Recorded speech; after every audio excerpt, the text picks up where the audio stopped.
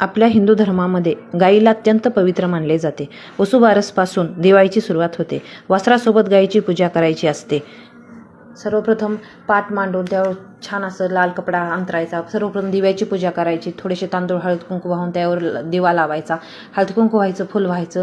त्यानंतर गणपती बाप्पाला अभिषेक करायचा आणि एकादशी असल्यामुळे श्री बाळकृष्णाला सुद्धा अभिषेक करायचा.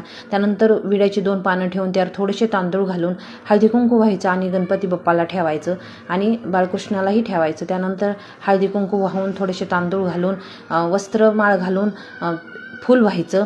त्यानंतर गाई वासरू घ्यायचं. त्यानंतर गाई वासरूची पूजा करायची.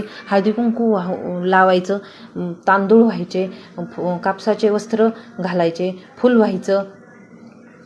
अशी गायची पूजा करायची. श्री गणपती बाप्पाची पूजा करायची आणि बाजरीची भाकरी, गवारीची शेंग आणि गूळ खोबरं ह्याचा नैवेद्य दाखवायचा. ह्याबरोबर राळ्याच्या तांदळाचाही भात असतो, तोही ठेवायचा. अशा प्रकारे आपली गाईची आणि सोबत वासराची पूजा करायची.